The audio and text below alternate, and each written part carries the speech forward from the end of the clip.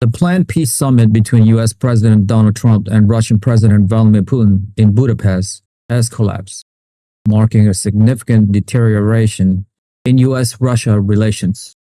The cancellation followed the release of a Russian diplomatic memo that reiterated Moscow's uncompromising stance on Ukraine, demanding formal Ukrainian territorial concessions and legally binding restrictions on NATO's presence in Eastern Europe.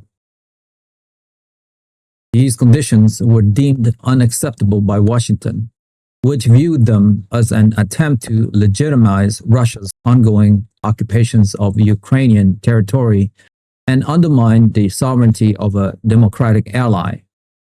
The breakdown in talks was further cemented during a high-tension phone conversation between U.S. Secretary of State Marco Rubio and Russian Foreign Minister Sergei Lavrov, during which Lavrov reportedly refused to entertain any flexibility on Moscow's core demands. The failed summit underscores a broader impasse in diplomatic efforts to de-escalate the war in Ukraine, with both capitals now signaling a shift toward military posturing over negotiations. Hungary, which had been preparing to host the summit in its capital, expressed disappointment but reaffirmed its belief that only direct dialogue between Washington and Moscow can end the conflict, a position echoed by Hungarian Foreign Minister Peter Szijjártó, who criticized Ukraine's perceived entitlement in EU forums and stressed that European nations should not be treated as automatic sources of military or financial supports. In parallel with the diplomatic rupture, nuclear tensions between the United States and Russia have escalated to levels not seen since the height of the Cold War. Russian Security Council Secretary Sergei Shoigu confirmed that Russia's Novaya Zemlya nuclear test sites remain fully operational and can be activated at any time, directly responding to reports that President Trump had ordered a comprehensive review of the U.S. nuclear arsenal with an eye toward resuming physical testing. Shoigu warned that if the United States conduct nuclear tests, Russia would immediately follow suit, framing the move as a necessary response to American provocation.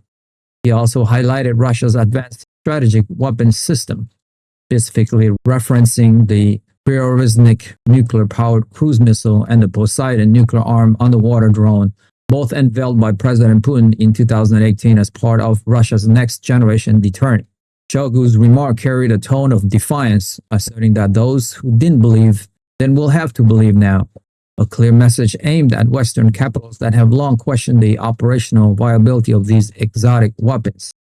The statement coincided with confirmed reports that Russia has already tested the Burevestnik system, further validating Moscow's claims and raising alarms among NATO allies about the potential for a new arms race. The U.S. response has been equally assertive. President Trump, citing the need to maintain a credible nuclear deterrent, directed the Department of Defense to prepare for the resumption of underground nuclear tests, a practice the United States has avoided since 1992. Defending the administration's controversial decision, U.S. Secretary of Defense Peter Hegseth asserted that restarting nuclear tests would ultimately make nuclear conflict less likely. Speaking at the ASEAN Defense Minister meeting in Kuala Lumpur, Hegseth argued that testing is a very responsible way to ensure a credible nuclear deterrent. He emphasized the administration's philosophy of maintaining peace through strength, stating that a powerful and reliable nuclear arsenal is the cornerstone of American deterrence. Hegseth reassured allies that the United States does not seek conflict but believes that unmatched military strength is the most effective means of preventing it. This justification, however, has done little to quell international anxiety. The announcement has drawn sharp criticism from multiple quarters, including from NATO ally Germany, whose Foreign Minister Johann Waterful urged all five recognized nuclear powers, the United States, Russia, China, France, and the United Kingdom, to uphold the existing global moratorium on nuclear testing. Iran's Foreign Minister Abbas Araghchi condemned the U.S. move as blatant hypocrisy, accusing Washington of violating non-proliferation norms while simultaneously pressuring other nations to forego nuclear ambitions. The global reactions reflects deep concerns that the resumption of testing could trigger a cascade of reciprocal actions, destabilizing decades of arms control architectures. Compounding the nuclear standoff is the intensifying conventional war in Ukraine, where Russia has significantly escalated its military operations. According to Ukrainian officials cited by Reuters, Russian forces have deployed their Novator 9M729 cruise missiles, a system previously banned under the Intermediate Range Nuclear Force INF Treaty, more than 23 times in recent months.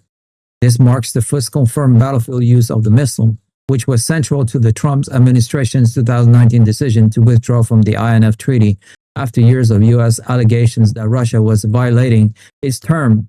Moscow has also announced the capture of 7 additional Ukrainian settlements, including Novoalexandrovka in the Dnipropetrovsk region, and conducted massive coordinated strikes using long-range missiles and drone against energy infrastructure, military facilities, and industrial sites from Zaporizhia to Vinnytsia. Ukrainian authorities reported that over 52 missiles and more than 600 attacks drones, including approximately 400 Iranian-made Shahid models, were launched in a single wave, with air defense intercepting about 2/3 of the missiles and the majority of drones. Despite these defensive successes, critical damage was inflicted on power stations such as the Slovyansk thermal power plant, leaving repair crews scrambling to restore electricity amid worsening winter conditions. As the battlefield situation deteriorates, Kyiv faces a parallel crisis, the looming exhaustion of its financial resources. With U.S. aid dwindling and domestic borrowing capacity nearly maxed out, The Economist has warned that Ukraine could run out of funds to sustain its war efforts by February 2026, placing immense pressure on European allies to shoulder a projected $328 billion burden, a prospect complicated by rising war fatigue and internal EU divisions, particularly from Hungary, Poland, and Slovakia, which continue to defy Brussels by maintaining bans on Ukrainian agricultural imports. If you have made it this far, congratulations, you have unlocked the truth. I want to ask you a quick question though. With the Budapest Peace Summit collapsing and both the US and Russia posturing with nuclear tests, do you believe the world is now entering a new Cold War that is even more dangerous than the first one, given the advanced weapons like the Burevestnik and the current political divisions? And why? Join the debate. We want to hear your insightful opinion on where this is all heading in our community. Share your thoughts in the comments below. Like the video, hit the notification bell, and most importantly, subscribe. I'll see you guys in the next one.